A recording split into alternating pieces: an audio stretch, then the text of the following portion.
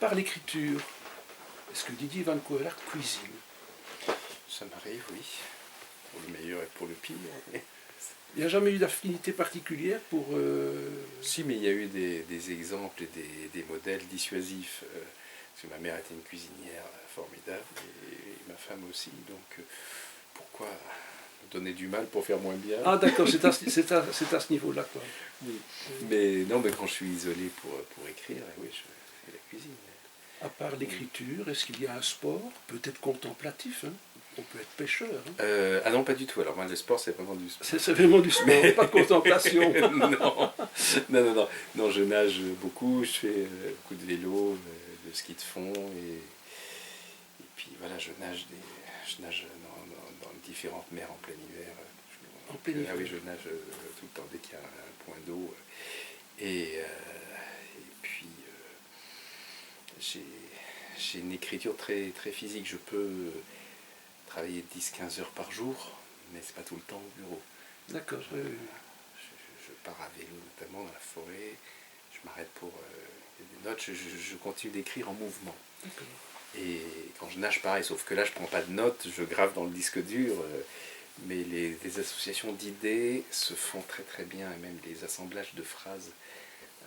Parce qu'en fait, c'est les mêmes hormones, les mêmes endorphines qu'on sécrète dans les sports d'endurance et la concentration intellectuelle. La plongée en apnée? Non, pas spécialement. Non, juste natation, tout ça. D'accord.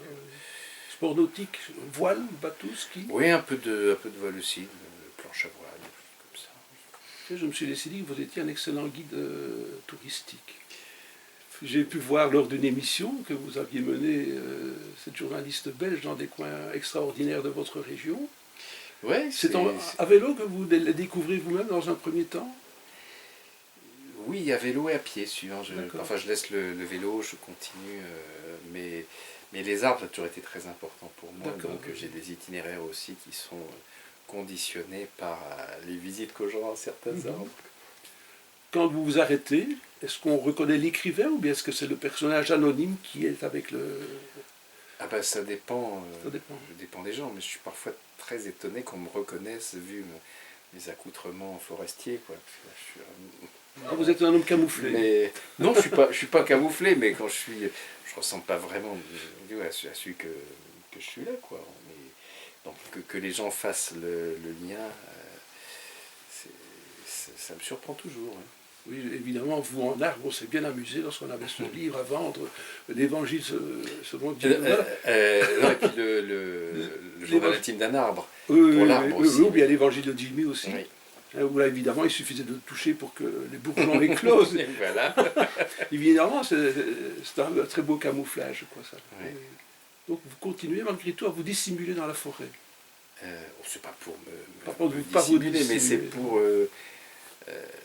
en fait, le grand problème quand on est un peu célèbre, quand on passe à la télé, c'est moi qui aime observer sans être vu, c'est que vous donnez le point de mire. Donc là, il ne faut pas que ça gâche le plaisir de l'observateur. Il ne faut pas que ça vire à la parano non plus.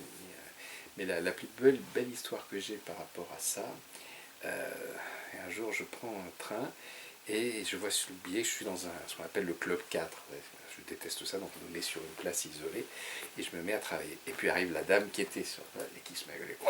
C'est ma place, c'est ma place. Excusez-moi, mais enfin on regarde, on fait attention. Hyper nerveuse. Bon. Je vais me remettre à la place qu'on m'avait assignée. Et la dame s'installe.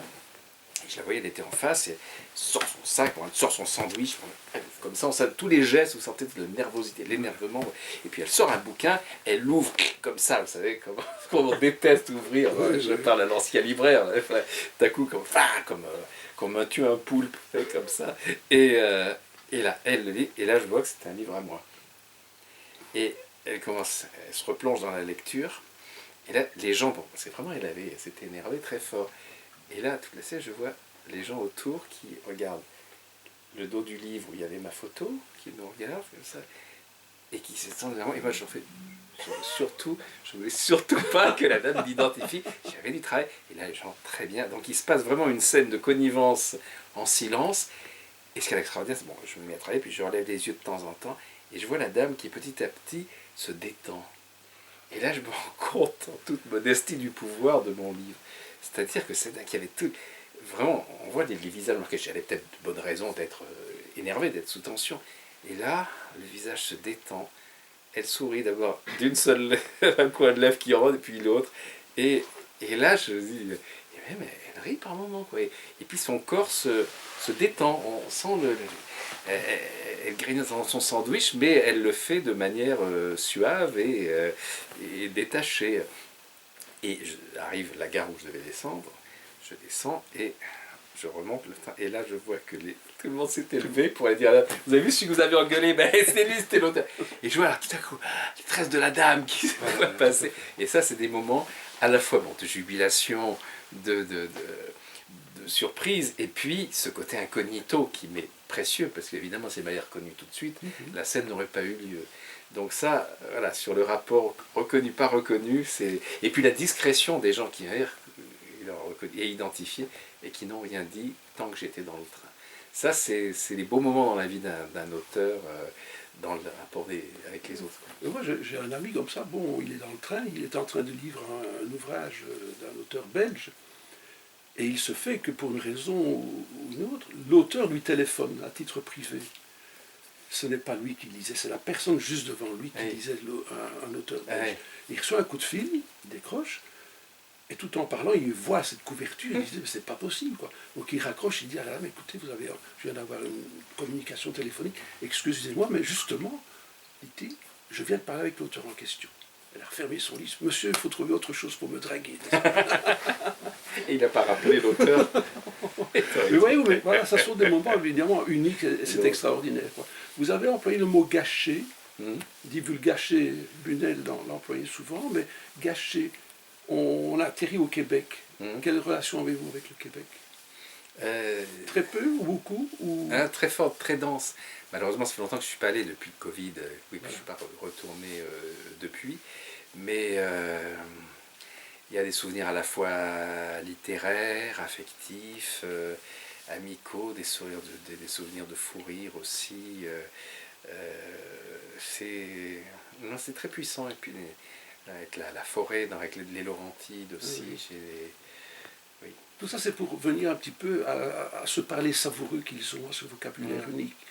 Vous n'employez pas souvent ces vocabulaires, évidemment parce que vos personnages ne s'y trouvent pas, mais auriez-vous une affinité à une fois développer quelque chose sur ces parler? C'est vrai, bah vous me faites prendre conscience du fait que je n'ai pas... Autant dans la vie absolue, voilà, on sent ça se passe en Savoie, il y a des personnages, il y a des anciens qui emploient, il y a des mots très très goûtus, très signifiants du parler du savoisien, du dialecte savoyard. Et comme j'en ai avec Nice, ma ville natale, Nice, donc c'est vrai que j'aime les particularités, les sonorités qui créent de l'image, particulièrement dans le Nissart. Et puis, mais c'est vrai qu'il faudra qu'un jour j'ai un Québécois dans vous avez raison. Parce que les écrivains français, je trouve, n'incluent pas assez souvent, justement, ces parlers locaux, même en France, quoi. C'est bien dommage. Je vous remercie d'être venu me voir, mais je vais vous laisser entre les mains maintenant de François Xavier. C'était un plaisir de vous recevoir et de parler avec vous. Merci.